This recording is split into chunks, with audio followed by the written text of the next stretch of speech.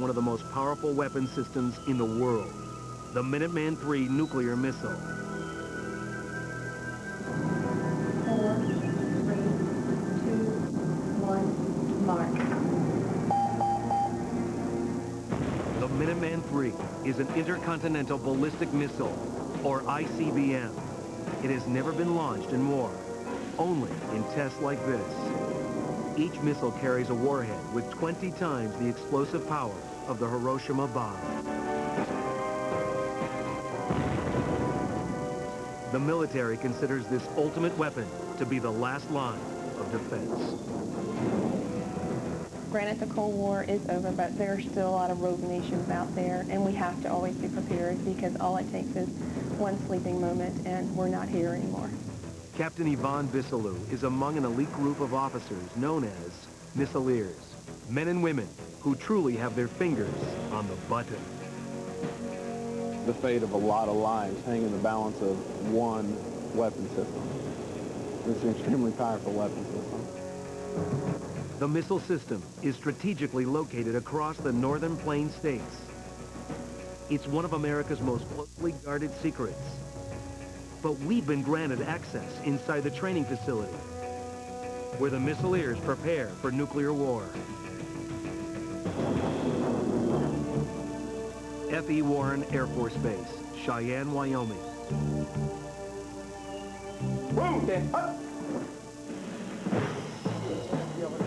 Ladies and gentlemen, Colonel Gallegos.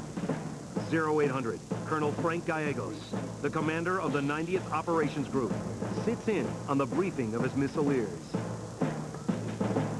If you get the chance to talk. The officers are warned of possible threats to the 20 launch centers and 150 missiles under the control of this operations group.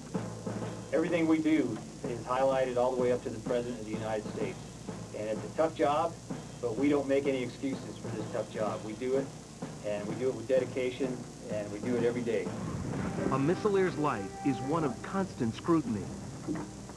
Personal problems such as divorce or financial trouble could cause them to be pulled from duty until a military physician deems them emotionally stable. In fact, just getting the initial security clearance means having military investigators explore every aspect of your life. I got calls from people in my hometown when they were doing my investigation asking me what was going on, because the investigators were actually going door to door and asking people, you know, if they knew things about me, and then they thoroughly investigate each of those things. So it's a thorough process, it's a lengthy process, it's an expensive process, but it's something that's absolutely essential so that we know that the right people have access to this kind of information. Here on the base of F.E. Warren, missileers undergo rigorous preparation for the moment they hope will never come. In this training room, which is modeled after an actual launch capsule, Captain Bisalou and First Lieutenant Andrew Dries simulate a number of scenarios, including the worst-case scenario. All right, let's go ahead and go back to LCC inspection. Stand by. Once they receive a launch order, the missileers open a lockbox containing the top-secret launch codes and missile keys. Next, they strap themselves into their chairs in case of a nuclear counterattack. Inbound keys. Finally, the missileers turn the launch switches in tandem. 4, 3, 2, 1, mark. And the missiles are fired. When the order comes down, these officers must act immediately, without hesitation, and so they practice over and over again. I may have to kill, you know, possibly millions of people. And it's something I take to heart. It's something I think a lot about. But, you know, something I've accepted. Because that's what I've been trained to do. I'm part of the nation's defense. And if I couldn't turn keys, I shouldn't be here. Of course, this is only a training facility. But get ready, because the military has given us unprecedented authorization to take our cameras inside a real launch capsule.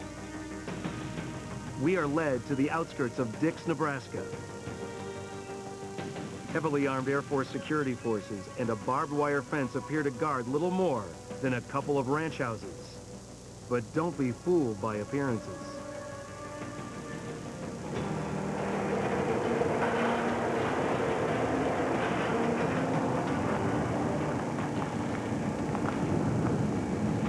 Radio communications. For security reasons, our cameras are not allowed to reveal the secret elevator that lowers us 70 feet below ground.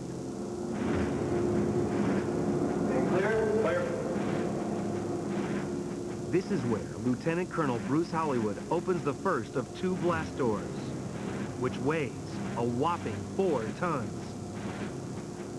That's the first line of protection because it protects the equipment over here and it protects the people inside the capsule. But wait, we're still not there yet. There's a second blast door. This one weighs 8 tons and can only be opened from within. This is the final and absolute last line of security. If someone defeated all of our security forces, all the additional security forces that would respond, and they got down here, they couldn't get through the next 8-ton blast door because it's 8 tons of reinforced steel and concrete. Stepping past this second blast door, we travel down a dark and narrow passageway leading to the launch capsule. Not surprisingly, it looks exactly like the training room we saw earlier, although getting into this one is much more difficult. You guys went through it, yeah, it's intense. I mean, you have to belong down here to be able to get down here. You never seen alarm stations to enter. You had to switch rotated one. The capsule is home and office for Lieutenants Harris and White for 24 hours at a time. Sometimes it's claustrophobic. Sometimes it's boring. Most times when we're down here, we're feast or famine. You can have a whole 24-hour alert go by, and the only thing that happens is it snows, and now you're out here for 48. The officers also monitor any breach of security at the missile silos, which are 5 miles away. We are not permitted to disclose the exact locations of the missiles. But 550 of them are spread out in silos across 5 northern plain states. From the outside, the silos may look deserted, but this sign spells out the cold reality for would-be trespassers.